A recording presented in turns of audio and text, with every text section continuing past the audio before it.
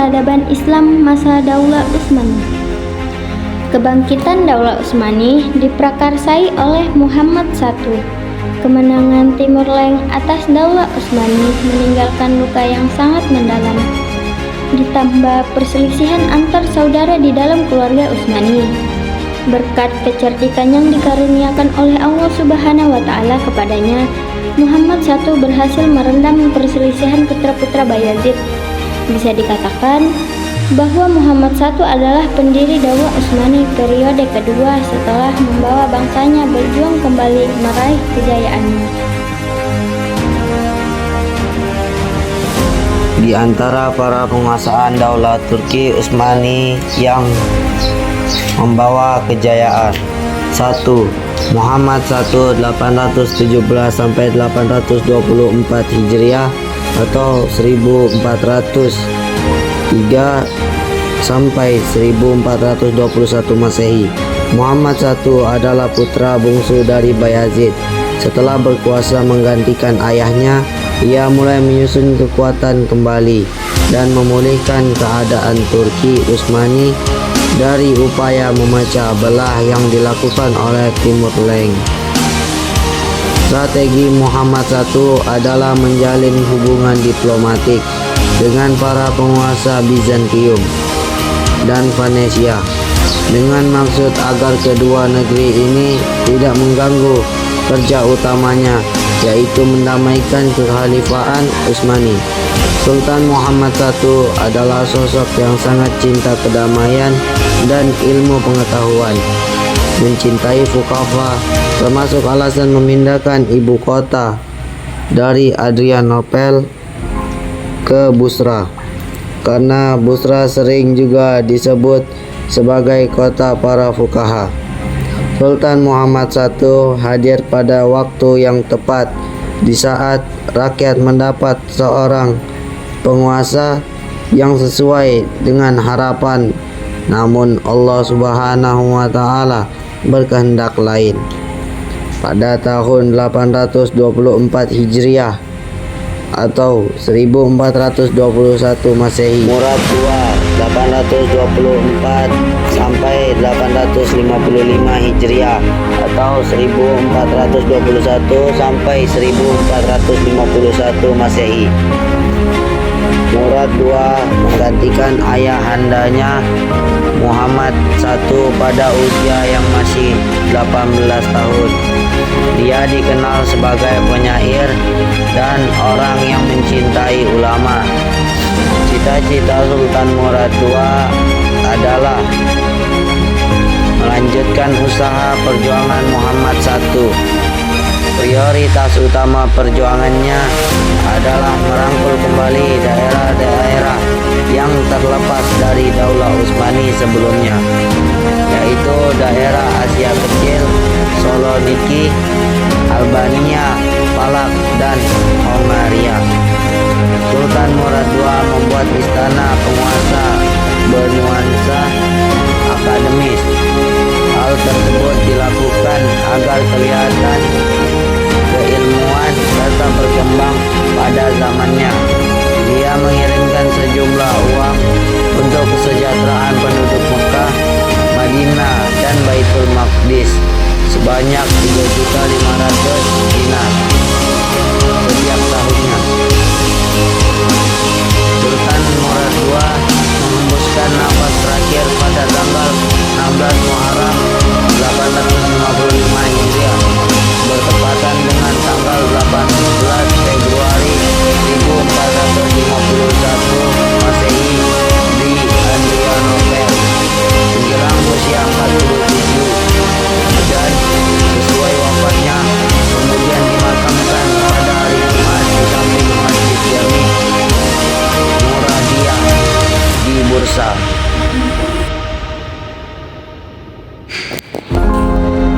Muhammad II Al-Fatih 855 sampai 884 Hijriah atau 1451 sampai 1481 Masehi. Al-Fatih adalah gelar kebanggaan beliau karena berhasil menaklukkan Konstantinopel. Muhammad Al-Fatih atau Abu Al-Khairat diangkat menjadi pemimpin Daulah Utsmaniyah ketika itu baru berumur 22 tahun. Muhammad Al-Fatih berusaha membangkitkan kembali sejarah umat Islam sampai dapat menaklukkan Konstantinopel sebagai ibu kota Bizantium. Berdasarkan hadis Nabi Muhammad SAW, pada suatu saat kota Konstantinopel pasti akan ditaklukkan oleh umat Islam dan sebaik-baiknya pemimpin adalah yang menaklukkan dan sebaik-baik pasukan adalah pasukannya. Konstantinopel merupakan kota yang sangat penting dan belum bisa dikuasai penguasa Islam sebelumnya.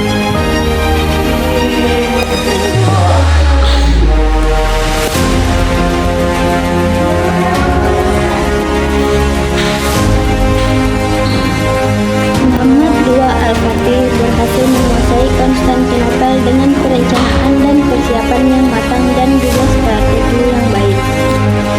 Kota Konstantinopel jatuh ke pengakuan umat Islam pada abad ke-20 Jumadil Ula 857 Hijriah atau 29 Mei 1453 Masehi. Setelah memasuki Konstantinopel, di sana terdapat sebuah gereja Hagia Sophia atau Hagia Sophia. Al-Fatih memasuki gereja tersebut yang digunakan sebagai tempat perlindungan terakhir para pendeta, rahib, dan masyarakat. Al-Fatih dengan kebaikan akhlaknya memberikan sikap bijaksananya dan perlindungan kepada seluruh penduduk Konstantinopel.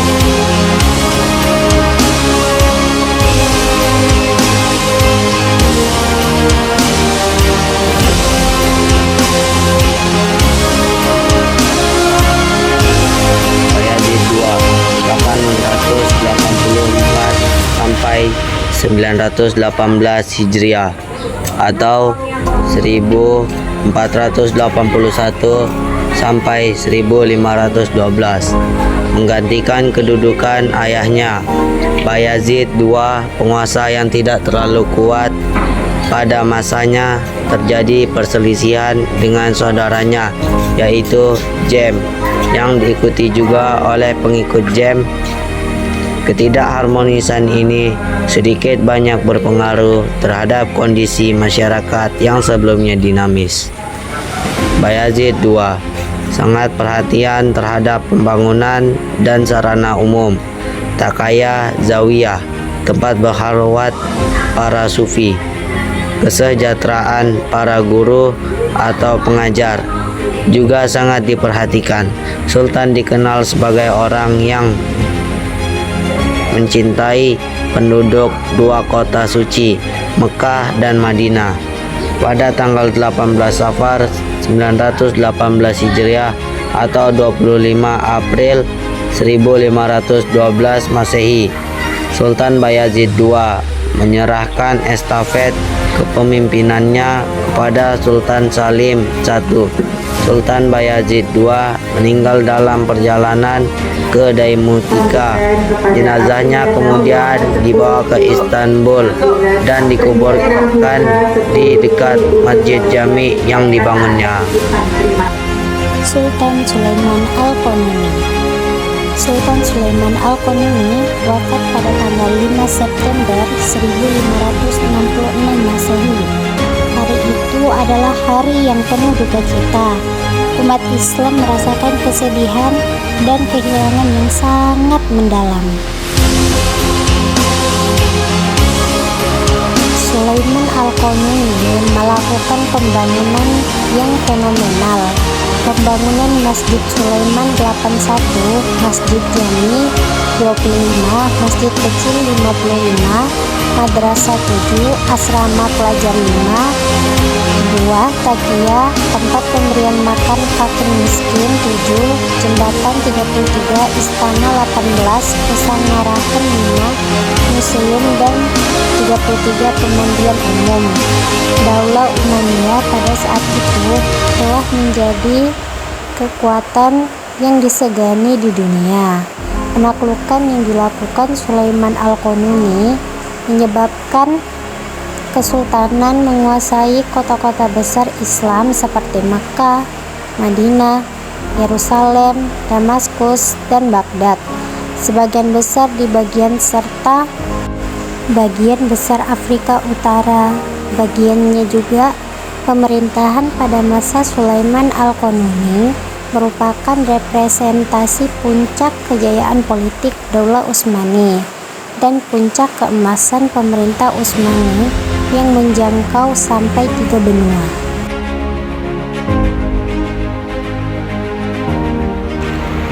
Kemunduran peradaban Islam pada masa Daulah Utsmani.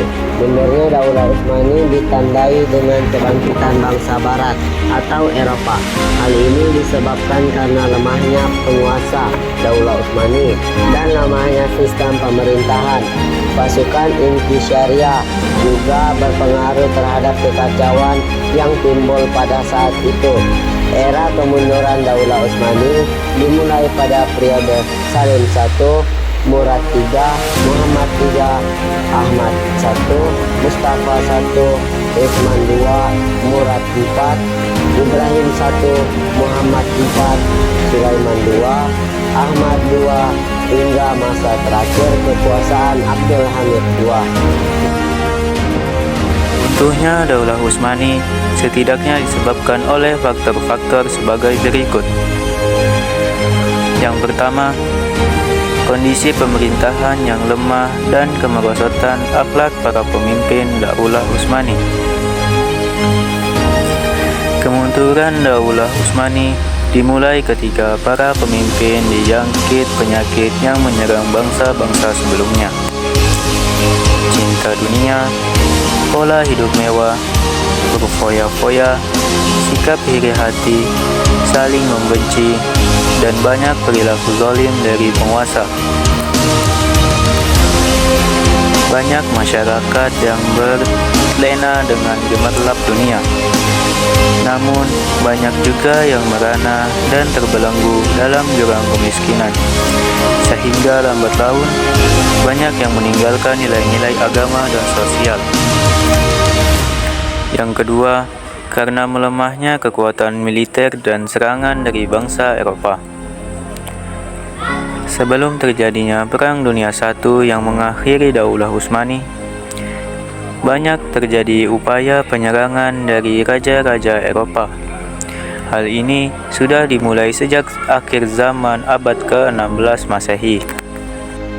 Yang ketiga dan yang terakhir, karena adanya gerakan oposisi sekuler. Selain serangan dan konspirasi dari pihak luar, Daulah Utsmani juga mendapat perlawanan dari organisasi sekuler dan nasionalis. Dalam perjuangannya, mereka banyak dibantu oleh pihak Barat untuk mewujudkan cita-citanya. Puncaknya terjadi pada tahun 1909 Masehi dengan dalih gerakan mogok massal. Organisasi Persatuan dan Kesatuan berhasil memasuki Istanbul, menyingkirkan Abdul Hamid II dan melucutinya dari pemerintahan dan keagamaan. Setelah itu, hanya tinggal simbol-simbol Daulah Utsmani.